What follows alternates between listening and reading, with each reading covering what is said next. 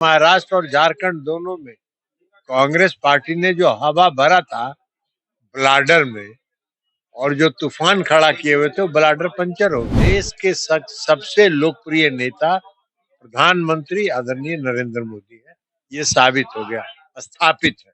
नमस्कार, आपके साथ में रोहित कुमार, आप है न्यूज फॉर नेशन पर। बिहार के 4 सीटों पर हुए उपचुनाव के चुनावी नतीजे अब सामने आ गए हैं और बड़ी बात यह है कि आरजेडी की बड़ी हार हुई है। इन सभी सीटों पर महागठबंधन पूरी तरीके से फेल हो गया, या कहें कि उनकी भयानक हार हुई है।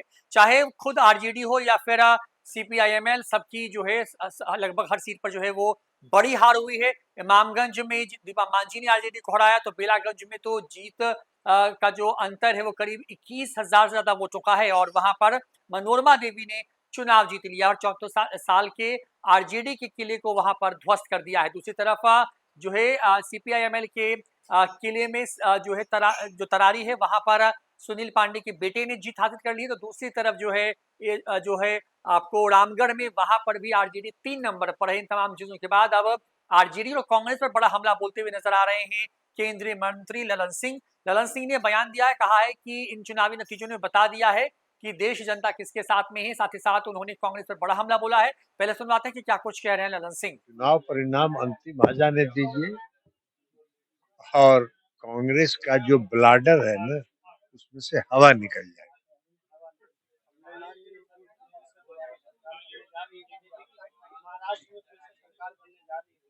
दोनों की बात बता रहे हैं हम, एक ठो की बात आप कर रहे हैं।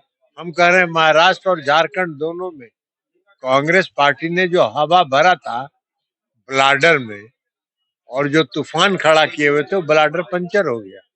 और दोनों चुनाव के नतीजे और इसके पहले हरियाणा चुनाव का नतीजा यह साबित कर चुका है कि आज की तारीख में इस देश के सबसे लोकप्रिय नेता प्रधानमंत्री आदरणीय नरेंद्र मोदी है, ये साबित हो गया, स्थापित है। तो बता दें आपको कि बिहार के 4 सीटों पर हुए उपचुनाव को बिहार के सेमीफाइनल कहा जा रहा था।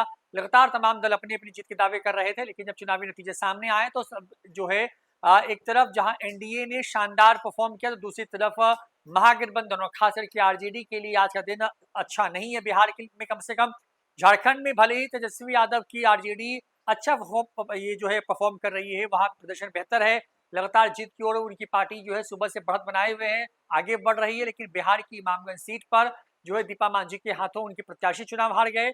तो बेलागंज जैसी सबसे स्ट्रॉन्ग सीट मानी जाने वाली आरजेडी की जो है वहां पर भी चुनाव हार गए हैं सुरेंद्र यादव के बेटे, और वहां पर मनोरमा देवी चुनाव जीत गई हैं करीब 21,000 वोट से। आपको बता दें कि वहां पर करीब 34 साल से, यानी जब से आरजेडी की स्थापना हुई थी उसके बाद से लगातार उस सीट पर आरजेडी का ही विधायक था और इस बार उस सीट पर आरजेडी को मुंह की खानी पड़ी है। और बिहार में जितने भी चुनावी नतीजे आज सामने आए उपचुनाव के लिहाज से, सबसे बड़ी जीत भी जो है वो बेलागंज की ही हुई है।